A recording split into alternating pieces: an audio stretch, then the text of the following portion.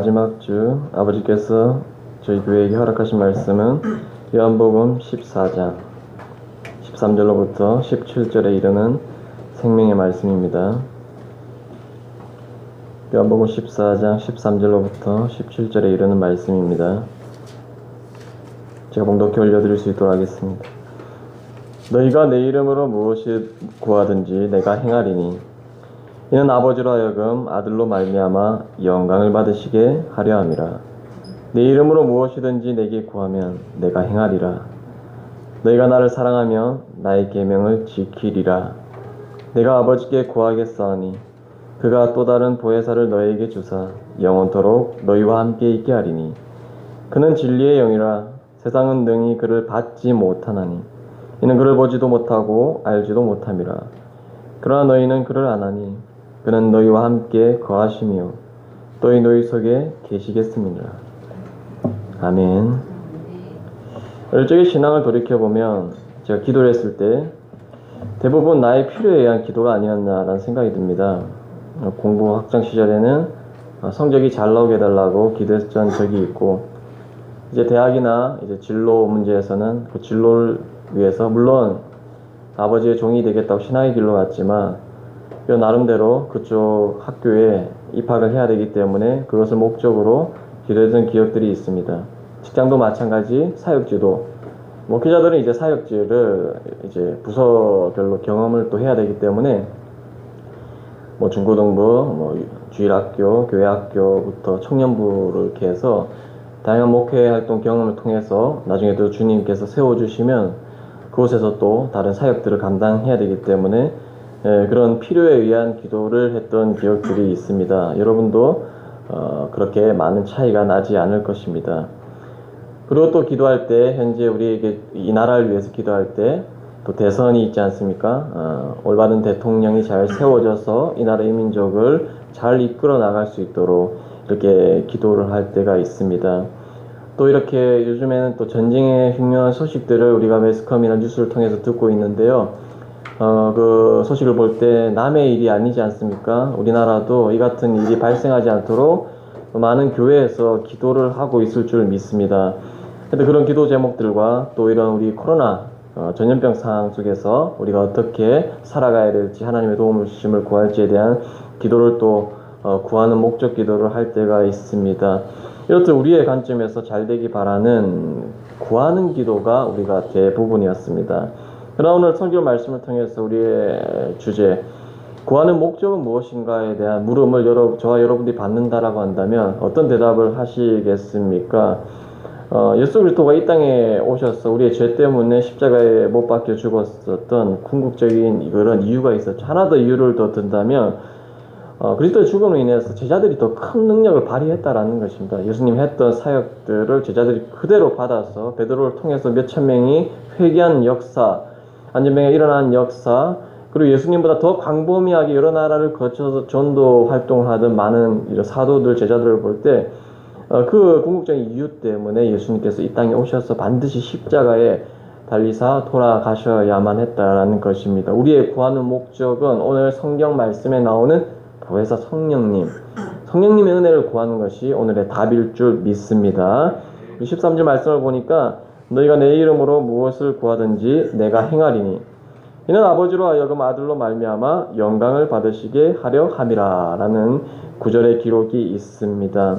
아주 우리에게는 축복된 구절입니다. 무엇을 구하든지 준다고 했습니다. 여러분이 하는 모든 기도 제목들, 우리 개개인의 기도 제목, 벗어나서 지역을 위한 기도 제목, 또한 나라를 위한 기도 제목, 통틀어서는 세계를 위한 기도 제목, 이런 모든 것들을 구하시면 응답해 주겠다라고 했는데요.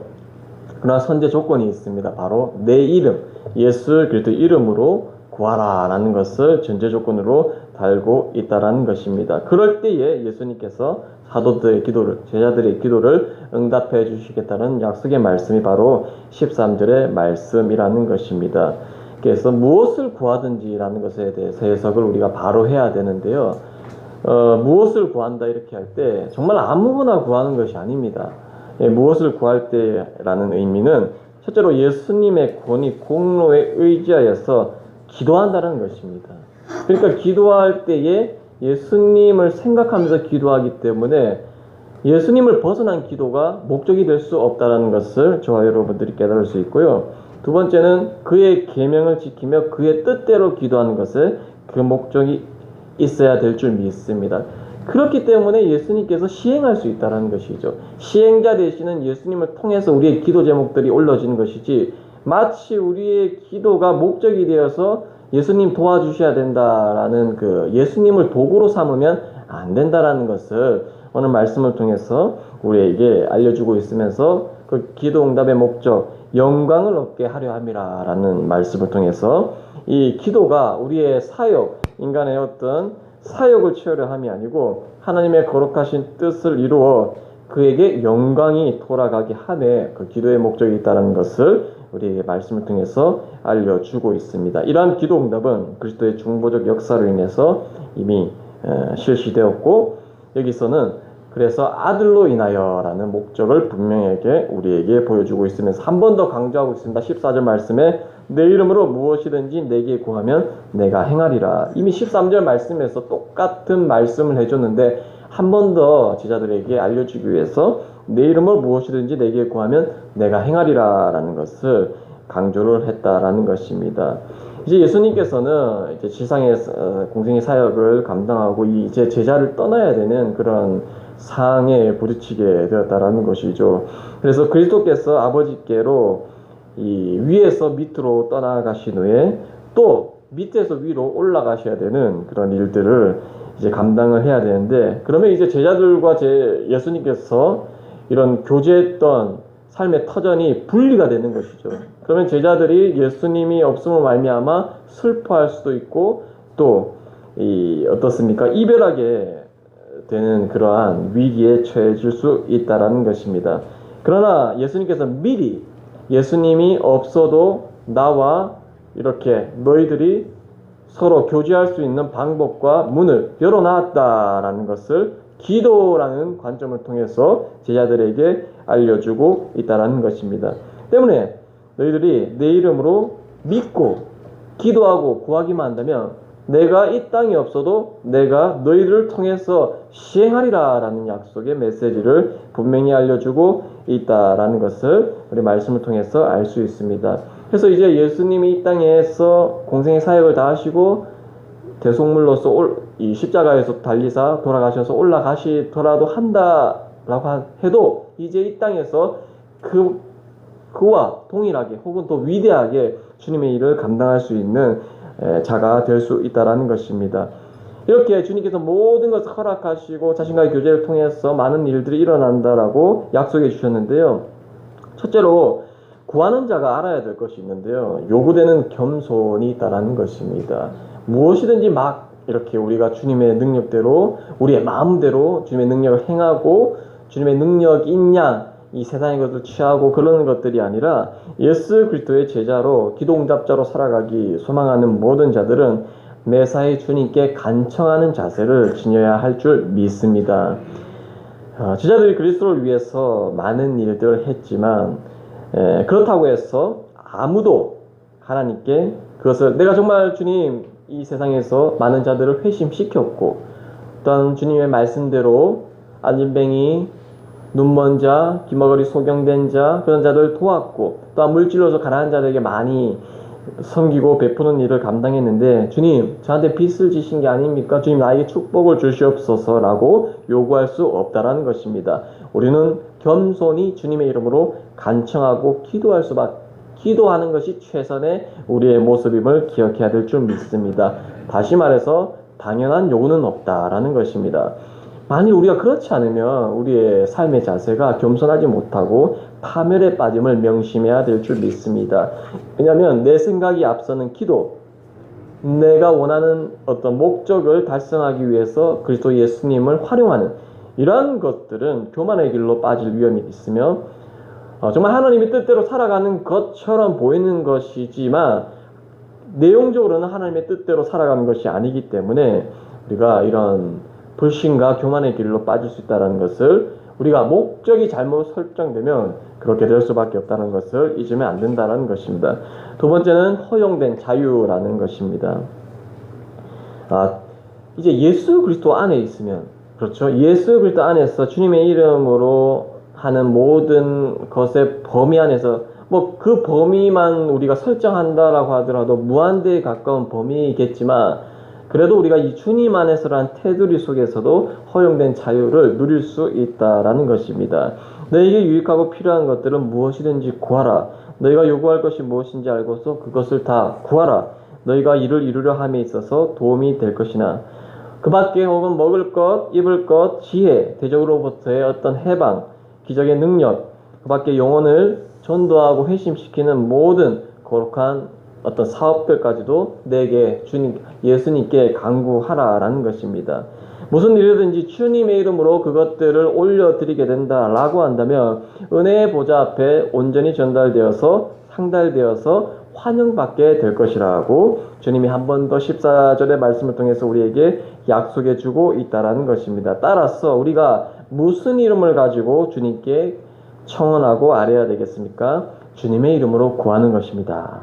그리스도의 이름으로 구한다는 것은 그리스도의 공로와 중재로 다가가는 탄원이라는 것입니다. 구약에 나타난 성도들은 그들은 주를 위해서 기도했습니다. 메시아를 위해서 기도했던 것이 아니라 그들은 주는 하나님이 될 수 있겠죠. 주를 위해서 기도하고, 혹은 기름 부은 자, 그 당시에 기름 부은 자를 위해서 중보했었고, 이러한 방식을 취해서 기도했었지만, 이제 예수 그리스도가 신약 시대에 오심으로 말미암아 더 복음에 의해서 명확하게 우리가 누구 이름으로 기도해야 될지가 드러났고, 우리가 이제 확실하게 주님의 이름으로 간구할 수 있게 되었다라는 것입니다. 제자들도 이와 같이 일들이 성령이 부어진 후에야 비로소 깨닫게 되었습니다. 여러분, 기도의 형식은 이 주기도문을 가르쳐 주실 때 이루어진 것은 아니라는 것입니다. 우리가 우리 자신의 이름을 가지고 간구한다면, 마지막에 정 목사의 이름으로 기도합니다. 아멘. 이 목사님의 이름으로 기도합니다. 아멘. 형제님의 이름으로 기도합니다. 아멘. 이렇게 간구한다면 매우 낯설고 좀 동떨어진 그러한 모습인데요. 그러나 우리가 모두가 동일하게 이 그리스도의 이름으로 통해서 하늘에 잘 알려진, 하늘에서도 인정한, 땅에서도 인정하신 예수 그리스도의 이름을 통해서 기도를 한다면, 그것은 우리처럼 불완전한 이름이 아닌 것이 아니라 선한 이름이 될 수 있고 능력의 이름이 될 수 있고, 그걸 통해서 간구하면 실제적인 기도의 응답의 능력의 역사가 나타난다는 것을 우리가 주님의 이름으로 기도함으로 기도응답을 받았고 주님께 감사하는 이 일련의 행위를 통해서 하나님의 역사하심을 체험할 수 있다는 것입니다.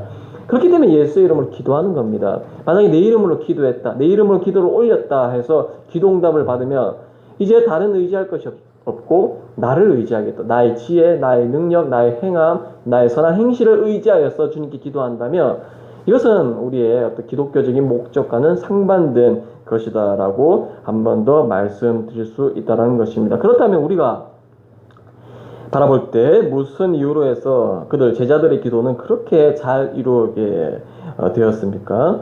바로 이 목적이 바로 아버지께서 아들로 인해 영광을 받으시게 되었다라는 말을 신뢰했고 믿음으로 하는 기도가 있었다라는 것입니다. 우리가 기도할 때에 기도의 목표가 바로 아버지께서 아들로 인해 영광을 받으시게 되었다라는 것에 기도의 목적이 있어야 될 줄 믿습니다. 기도의 목적이 우리의 건강에 있지 아니하고 우리의 물질의 어떤 풍족함에 있지 아니하고 먹을 거 입을 것에 있지 아니하고 오직 아버지께서 아들로 인해 영광을 받는 일, 그것이 정확하게 어떤 일인지 모르겠지만 하나님이 기뻐하신 일인데요. 하나님이 기뻐하신 일을 위해서 우리가 하는 것들이 기도 제목이 되고 기도의 목표가 된다라는 것입니다. 따라서 우리가 이런 목적을 가지고 기도를 하게 되면 그리스도께서는 우리의 기도를 통해서 우리의 요구를 허락해 주시고 이루어 주실 것이라는 것입니다. 또한 이로써 이 주님 안에 있는 아버지의 영광은 여러분들의 기도를 통해서 분명하게 성령님을 통해서 나타나게 될 줄 믿습니다. 하나님의 지혜와 능력과 선함의 역사는 구속주 안에서 이미 나타났고 이것은 그리스도로부터 그렇게 할 수 있는 능력이 나오고 그의 이름을 통해서만 발휘될 때 반드시 이루어지는 역사입니다. 또한 사도들과 주님의 사역자들은 이제 주님의 이름을 통해서 위대한 일들을 하게 되고 이는 그들이 지니고 있는 가르침이 진실되고 참됨을 입증하는 행위가 되었다는 것입니다. 그런데 우리가 그냥 지식적으로 지혜적으로 이것이 선하다라고 해서 복음을 증거하고 예수님의 이름으로 기도하는 것이 아니라 이 내면과 마음속에 확실한, 확고한, 흔들리지 않는, 부족하지만 여러분 가운데 누구와 건드릴 수 없는 어떤 나의 고정적인 어떤 응답에 대한 확신, 성령님의 은혜가 자리 잡고 있어야지만 우리의 기도의 응답이 더 확연하고 구체적으로 이루어질 줄 믿습니다. 그래서 예수님께서는 우리의 마음을 확인합니다. 15절의 말씀을 보니까 너희가 나를 사랑하면 어때요? 나의 계명을 지키리라 라고 우리에게 분명히 권면을 하고 있습니다. 일반적으로 볼 때 그리스도의 계명을 지키는 일은 경건의 연습을 위해서, 특별하게는 사도로서, 또한 직분자로서, 또한 교사로서, 또한 제자의 모습으로서 신실하고 근면하게 수행하기 위해서 주어진 것을 1차적으로 우리가 바라볼 수 있습니다. 이를 보면 그리스도께서 제자들을 위로하실 때 아이고 제자들아 왜 이렇게 힘들게 사냐, 날 따라와서 많이 힘들지, 잠도 못 자고 매번 많은 무리들이 이끌고 하는 너의 모습들을 볼 때 참 내가 미안하고 너희들 위로하고 싶다, 이렇게 얘기했던 것이 아니라 주님의 위로는요, 이 주님의 위로는 우리의 일반적인 사람이 하는 위로가 아니라 거룩한 의무를 수행하기 위해서 목적을 주는 그 주님의 방법이 우리에게 위로가 된다는 것입니다. 그러니까 우리가 힘들고 괴롭고 지칠 때 주님은 더 나를 사랑하라, 나의 계명을 지키라, 내 양을 치라, 먹이라, 이렇게 목적을 주시는 위로 방식이 바로 예수 그리스도의 방식임을 우리가 말씀을 통해서 기억하고 바라볼 수 있다는 것입니다. 우리 인체가 병에 들 때요, 많은 사람들은 아이고 저게 질병이 들어서 좀 쉬고 휴식하고 좀 단절해서 먹는 것부터 입는 것부터 뭐 행동하는 것부터 좀 휴식을 취해라, 이렇게 의사들에게 권면을 받고 많은 사람들이 조언을 듣게 되지만 그리스도의 방식은 그것이 아니라는 것입니다. 마치 근데 정말 쉬면 몸은 잠시 나아지겠지만 쉴 때 더 몸은 실제적으로는 더 힘들고 나빠지게 된다는 것입니다. 따라서 힘들고 지칠 때마다 더 몸을 균형 있게 리듬 있게 움직이고 활동하고 더 이렇게 우리 안에 있는 세포들을 움직여야지만 우리의 몸의 상태가 건강해지는 원리처럼, 마치 예수님께서도 그것을 아시는 듯이 이 우리의 육신의 어떤 위로가 필요할 때 더 다른 목적을 통해서 육신의 힘든 것을 바라보지 못하고 하는 신령한 목적들을 우리가 바라보면서 나아갈 때에 그 바라보는 힘을 통해서 지금의 어떤 고난과 역경을 이겨낼 수 있다라는 위로의 말씀을 주님께서 너희가 나를 사랑하면 나의 계명을 지킨 일을 하라라는 위로의 말씀을 통해서 우리에게 온전히 알려주고 있다라는 것입니다. 이러한 약한 우리가 연민의 정을 보이지 말고 우리에게 주어진 많은 어려운 자들을 볼 때 그들이 신뢰를 수행할 성실한 염려와 주님의 계명을 알려주어서 그들이 복종함으로써 그들에게 나타나 볼 것을 이렇게 주님의 어떤 가르침을 통해서 우리의 삶 속에서 증명하시기를 간절히 소망합니다. 주님도 내가 나를 사랑하느냐? 내 양을 먹이라, 내 양을 치라 라는 이거 말씀처럼요, 우리에게 우리 주변에 있는 모든 사람들에게 목적을 주었으면 좋겠습니다. 주님 뜻대로 살아가면 이러한 목적이 생겨서 우리가 세상 가운데서 정말 하늘의 상급이 있고 또한 이 일을 통하여서 우리 마음속에 역사하시는 그분이 계신데, 그분은 우리가 그 심령 속에, 믿지 않는 심령 속에 부어줌으로 말미암아 그 심령이 변화하고 그의 삶이 변화하고 그의 생각이 변화해서 그의 불행한 삶이 행복으로 축복의 삶으로 이어갈 수 있는 그러한 주님의 가르침을 실천할 수 있는 저와 여러분이 되시기를 간절히 축복합니다. 그리스도께서 제자들에게 그들의 기도에 대한 응답과 보혜사의 오심에 대해서 귀한 약속들을 주실 때에 이러한 조건을 붙여서 약속의 말씀을 하고 계셨습니다. 만일 너희가 나의 계명을 지킨다면 나를 사랑하는 마음으로 지키라 라는 것입니다. 행동으로 지키라는 것이 아닙니다. 마음이라는 것입니다. 행동은 좀 부족할 수 있죠. 물질이 없으면 물질이 없는 범위 내에서 선교할 수 있는 것입니다. 우리에게 주어진 소스로서 할 수 있는 범위 내에서 하는 것은 많게 하거나 적게 하거나 본질적인 것은 주님을 사랑하는 마음으로 하셔야 된다는 것을 우리가 잊어서는 안 될 것입니다. 마음은 거짓을 분별하는 것이지 않습니까? 우리 안에 있는 선한 양심, 이 마음가짐, 주님을 향한 사랑의 마음가짐이 먼저 확고하게 자리 잡고 우리가 사역도 하고 전도도 하고 선교도 하는 것이지 주님 사랑하는 마음 없이 그냥 우리가 이것은 옳기 때문에 하는 일이다 이렇게 생각하는 것은 오늘 주님의 계명을 지키는 것이 아니라 주님을 사랑하는 모습으로 사는 것이 아니라 마치 율법만 아는 자들, 바리새인 서기관 같은 그러한 자들이 될 가능성이 굉장히 크다라는 것을 말씀드리고 싶습니다. 그리스도는 아무 사람이나 그들을 지도하는 분을 따르고 그분의 말씀대로 살려고 하는 모든 사람들을 조건 없이 도와주십니다. 그와 마찬가지로 이제 성령의 지시에 대해서 우리가 순종하면서 움직이게 되면 우리는 이제 예수님은 하늘에 갔지만 예수님께서 보내주신 영 성령의 위로를 받게 될 것입니다. 성령의 위로는 목적을 주십니다. 성령의 위로는 우리를 행하게 하십니다. 성령의 위로는 우리를 이 땅에서 고난을 벗어나서 고난을 뛰어넘는 일들을 감당하게 하는 원리입니다. 성령은 성경에서 우리에게 반드시 보내주신다라고 오늘 말씀에서 약속해 주셨습니다. 16절 말씀 내가 아버지께 구하겠사오니 그가 또 다른 보혜사를 너희에게 주사 영원토록 너희와 함께 있게 하리니. 얼마나 감사한 믿음의 말씀이십니까? 여기서 구하겠다라는 이 뜻은 상대방을 향하여서 동등의 어떤 처지를 취하고 구하는 태도와 틀림없이 이런 가리키는 말을 쓰고 있다는 것입니다. 보혜사에 대해서 다양한 해석이 나오는데 보혜사는 대언자라는 뜻을 가지고 있습니다. 요한일서 2장에서도 예수님을 대언자라고 지칭했고요. 성령을 가르쳐서 또 다른 대언자, 또 다른 보혜사 성령이라고 얘기한 경우를 볼 때 로마서는 이렇게 증거하고 있습니다. 로마서 8장 26절의 말씀을 함께 읽어보겠습니다. 시작! 이와 같이 성령도 우리를 함을 도우시느니 우리는 마땅히 오직 수 없는 단식으로 우리를 위하여 심히 간구하십니다. 아멘. 따라서 보혜사는 이제 대언자의 어떤 성격만 있는 것이 아니라 위로자라는 의미도 가지고 있습니다. 그가 우리를 위로한다는 것은 성도로 하여금 그리스도를 모시고 있음과 동시에 그리스도께서 주시는 능력과 평안과 기쁨과 힘을 가지고 이 세상을 험난한 세상을 온전히 통과할 수 있도록 주님의 역사를 가리키고 있다는 것입니다. 이 약속된 보혜사 성령님의 오심은 오순절 임하실 그 성령의 능력으로 나타나는데요. 그 한 번을 통해서도 이제 영원토록 우리와 함께 하시리라고 우리에게 예수님께서는 분명하게 말씀을 통해서 약속해 주시고 있다는 것입니다. 다시 말해서 본절을 통해서 우리가 깨달을 수 있는 것은 주님은 제자들에게 이 위대하고 말로 형용할 수 없는 축복의 메시지를 다시 한번 우리에게 약속해 주시고 있습니다. 그들은 이제 제자들은 또 다른 보혜사를 가지게 될 것을 약속을 받게 되었습니다.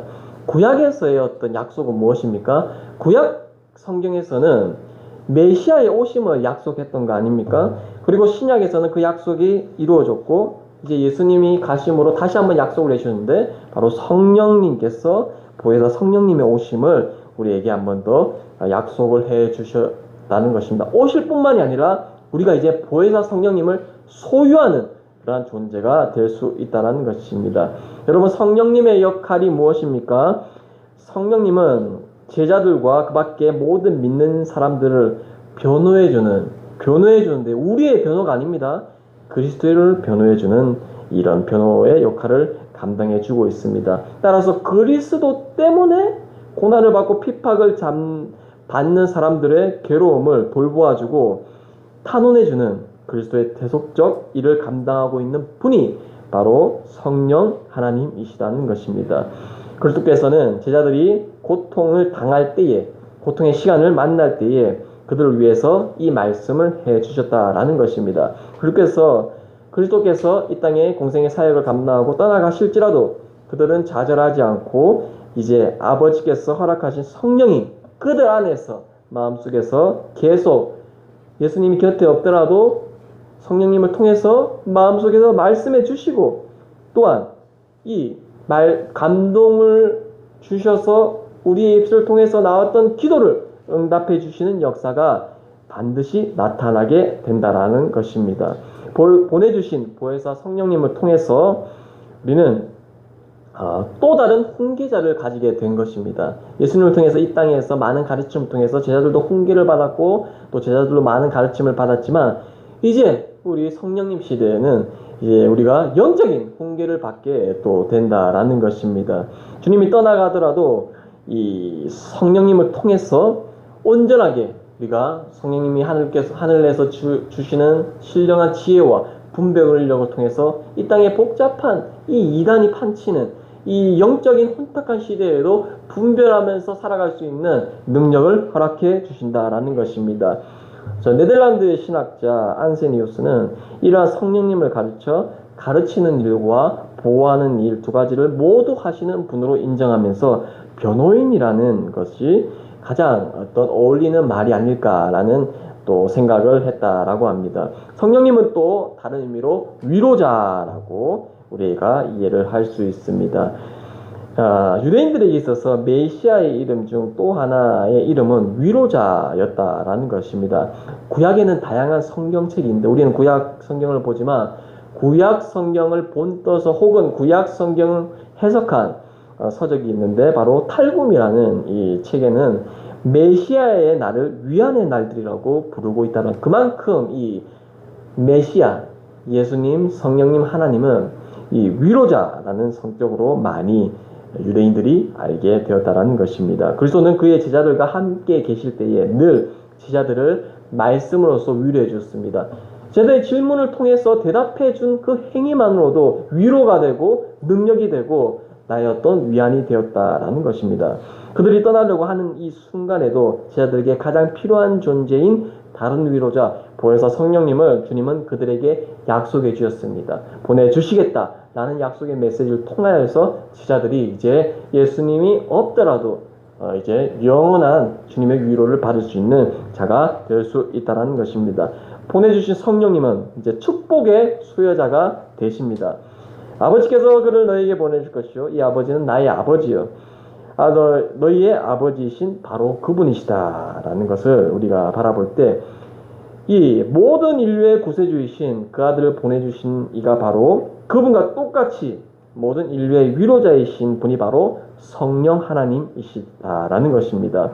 이 아들로서 주님이 제자들에게 위로자를 보낼 것이라고 말씀하셨고 그러나 위로자이신 성령을 보내주신 것은 하나님이십니다. 할렐루야. 예수님께서 하나님께 간청하셔서 하나님께서 성령님을 보내주셨다라는 것을 볼 때에 참 우리가 삼위일체 교육이 어렵지만 삼위는 동등하지만 분명히 아버지가 있고 아들이 있고 성령님이 분명히 계시죠. 그렇기 때문에 우리가 이 성령의 영 그리스도의 영도 성령님이십니다. 하나님의 영도 성령님이십니다. 그런데 이제 하나님께서 이렇게 일을 행하실 때 그리스도 예수를 통해서 예수님께서 하나님께 기도함으로 말미암아 간청함으로 말미암아 하나님께서 친히 이 땅에 보혜사 성령님을 보내주셨다는 것이죠. 따라서 성령을 보내주신 이는 하나님이심을 우리는 고백할 수 있습니다. 이렇게 축복의 성령님을 통해서 우리가 무엇을 궁극적으로 얻어지게 되겠습니까? 바로 이 주 예수 그리스도를 통한 중보가 이제 가능하게 되었다라는 것입니다. 내가 아버지께 구할 것이다. 내가 시행하리니 라는 이 말씀을 통해서 그리스도 자신이 하나님이시며 동시에 인간이시라는 것과 또한 왕이 되시고 제사장이라는 것을 보여주기 위해서 자신이 모든 것을 대신해서 강구할 것이라고 말씀하고 있다라는 것입니다. 따라서 예수님을 통해서 우리는 이제 모든 것을 구할 수 있고 바랄 수 있고 기도할 수 있고 하나님을 만날 수 있는 유일하신 통로가 되었다라는 것을 보내주신 성령님을 통해서 하늘의 지혜를 깨닫게 되었다라는 것입니다.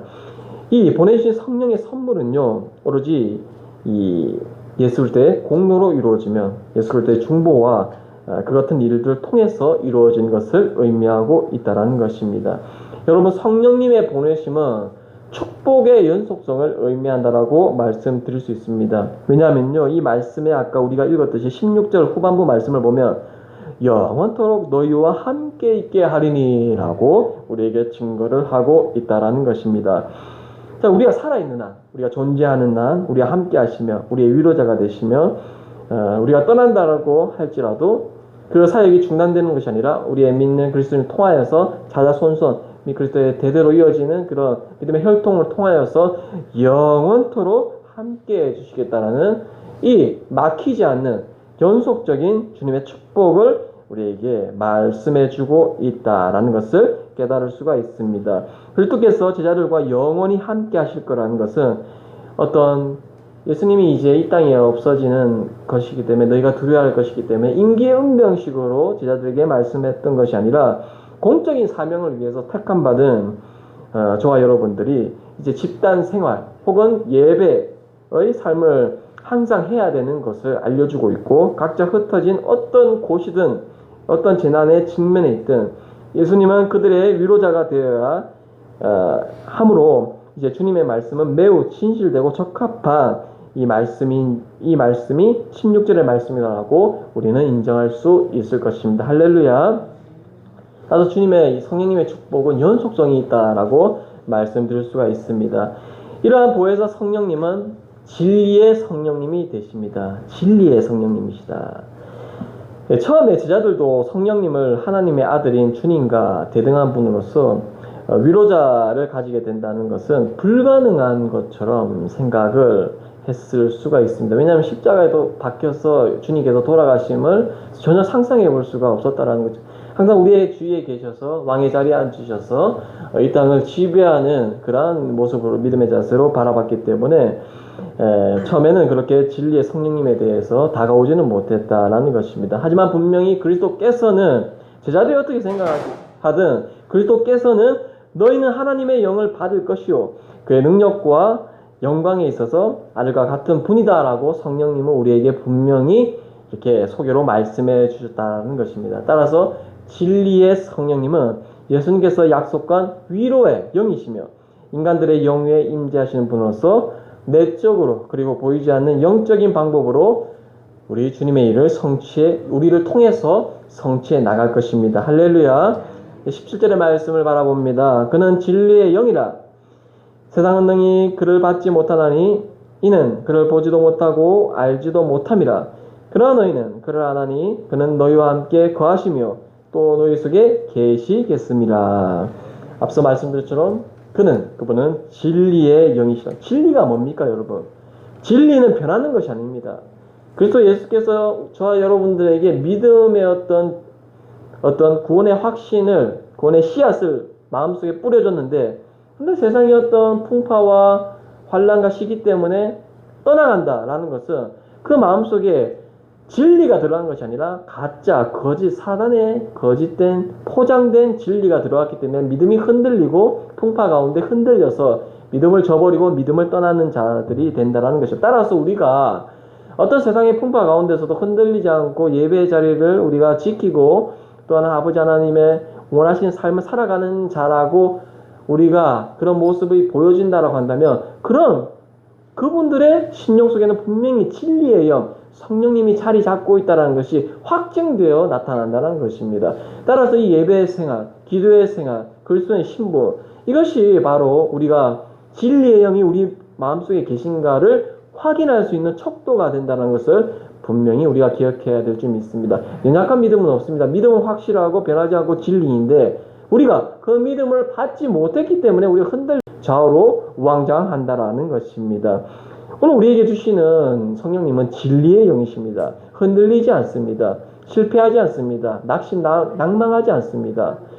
그러한 우리 성령님을 모시고 있는 저와 여러분들은 얼마나 감사하고 축복된 존재인지 모릅니다. 그런데요, 이 진리의 영은 다 받을 수 없습니다. 왜냐하면 세상은 능히 받지 못한다라고 오늘 말씀에 분명히 증거를 하고 있기 때문입니다. 이 진리는요, 이 세상과 동일하게 이 땅에 같은 마음속으로 들어올 수 있는 것이 아닙니다. 이 세상의 영이 있기 때문에, 세상을 지배하고 있는 악한 영이 있기 때문에 그 영과 이 진리의 영이 합할 수도 없고요, 동떨어져 있다라는 것입니다. 여러분, 이 세상이 왜 받을 수 없냐면 이 죄악된 이 세상으로부터 받을 수 없는 것이 고린도전서 2장 12절의 말씀을 참고해서 보면요, 우리가 세상의 영을 받지 아니하고 오직 하나님으로부터 온 영을 받았으니 이는 우리로 하여금 하나님께서 우리에게 은혜로 주신 것들을 알게 하려 하심이라. 여러분, 세상의 영은요, 높아지려는 욕구를 가지고 있고 하나님의 영은 그렇지 않죠. 하나님의 영은 낮아지게 하는 이런 욕구, 욕구를 우리에게 불러일으킵니다. 따라서 높아지려 하는 것은 낮아지고 섬기는 자가 되라고 분명히 예수님께서도 우리에게 가르쳐주고 있습니다. 여러분, 이 세상의 임금들은 임금으로서 지식이라는 유리한 도구를 가지고 있으나 이를 극도의 어떤 자신만의 편견과 능력이 있다라고 사용함으로써 하나님의 일, 성령의 일을 바라보지 못하고 체험하지 못한다라는 것입니다. 고린도전서 2장 8절에 이렇게 증거합니다. 이 지혜는 이 세대의 통치자들이 한 사람도 알지 못하였나니 만일 알았더라면 영광의 주를 십자가에 못 박지 아니하였으리라. 이 진리의 영, 성령의 영, 무엇이 선한지 분명히 분별할 수 있는 확고한 믿음의 영이 마음속에 없으니까 이 세상의 어떤 권력과 세상이 주는 유익과 세상이 주는 파워, 이런 것들에 의지하여서 이 예수 그리스도를 두려워하고 그를 십자가에 못 박혀버리는 일을 감히 저지르게 된다라는 것을 우리 고린도전서의 말씀을 통해서 알려주고 있습니다. 마치 이들은 성령의 위로가 그리스도의 십자가처럼 어리석게 보인다라는 것입니다. 그러니까 이 믿지 않는 사람이 보기에는 저 십자가에서 왜 돌아가지?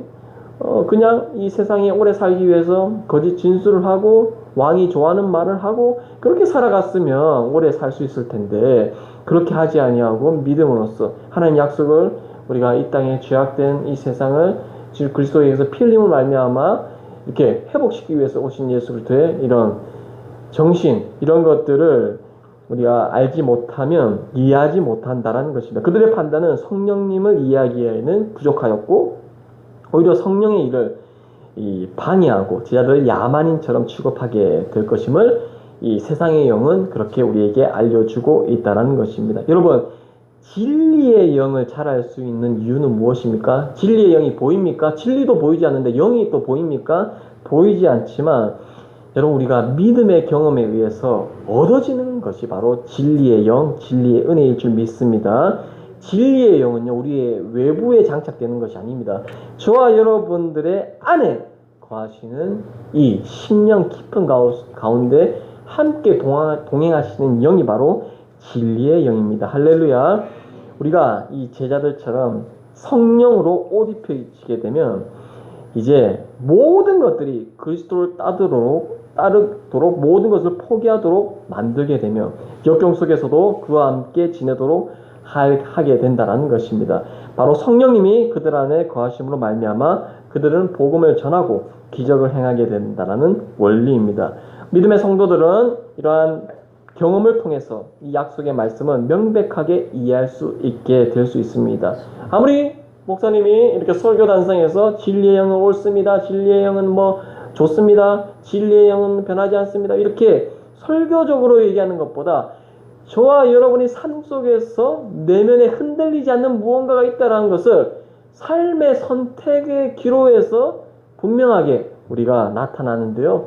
그것을 우리가 믿고 나아간다면 우리의 진리의 영이 있는지 없는지, 우리 속에서 거하는지 아닌지, 그 진리의 영 때문에 내가 고난 가운데서도 기뻐할 수 있는 자가 될 것인지 분별할 수 있다라는 것입니다. 세상의 자녀들에게 있어서는 역설처럼 보이는 것이 우리에게는 자명한 이치로 드러나게 될 것입니다.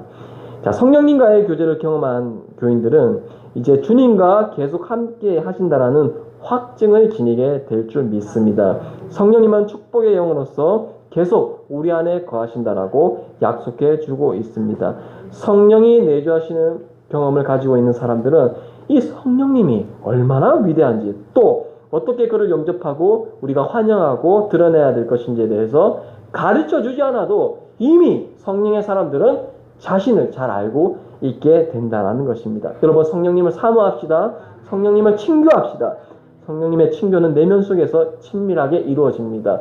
우리가 겉으로는 몰라요. 하지만 그 내면에서 성령님과 여러분의 어떤 친밀한 교제와 교감은 분명하게 지금도 이루어지고 결코 믿음의 확신이 있는 사람은 분리될 수 없다는 것을 오늘 말씀을 통해서 우리에게 알려주고 있습니다. 이렇게 주님께서 약속해 주신 성령의 선물은 제자들을 세상과 구별짓게 하는 결과를 가져오게 되었습니다. 그리스도의 제자들은 특수한 선물을 받게 되었다는 것입니다. 성령의 선물은 그들에게 있어서 감추어진 만나이며 흰돌이라는 것입니다. 표면적으로 나타나 보이지 않는 위로일수록 고요합니다.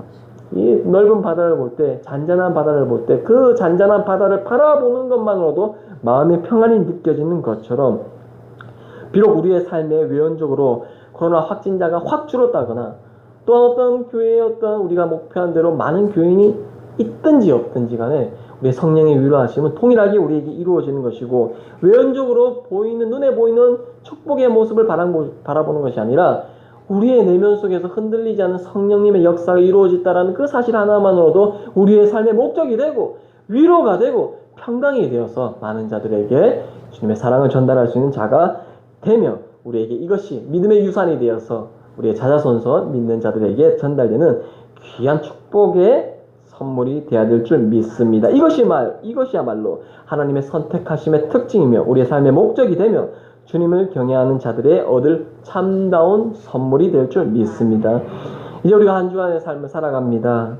우리의 구하는 목적이 우리의 삶을 이롭게 하고 또한 우리의 어떤 영육을 위한 목적이 되어서는 안 되고, 오직 보혜사 성령님이 내 마음속에 계심을 통해서 내가 정말로 이 삶 속에 축복받은 삶이다 라는 확신을 가지면서 한 주간 성령님을 의지하면서 나아가시기를 축복합니다. 그러면 이제 그분께서 우리의 마음에 오심으로 말미암아 우리가 해야 될 모든 일들을 우리가 생각하지 않아도 밝혀주시고 보여주시고 지시하시고 인도하실 줄 믿습니다. 또한 매번 어려움을 당할 때마다 위로하여 주실 것입니다.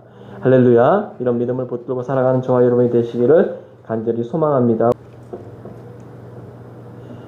지금은 우리 구주 예수의 은혜와 하나님 아버지의 극진하신 사랑과 보혜사 성령님의 감화 감동 인도 교통 목적 주심이 할렐루야 한마음 한뜻으로 이 흉흉한 세상 가운데 기쁨으로 주님 주시는 목적대로 살아가기로 소망하기로 작정한, 흔들리지 않는 믿음으로 살아가기로 작정한 우리 물된동산 모든 교우들 머리 위에 허락하신 지역과 민족 위에 세우실 지도자 위에 이 민족, 이 세계 위에 지금부터 영원에 이르기까지 항상 함께 있을지어다. 아멘.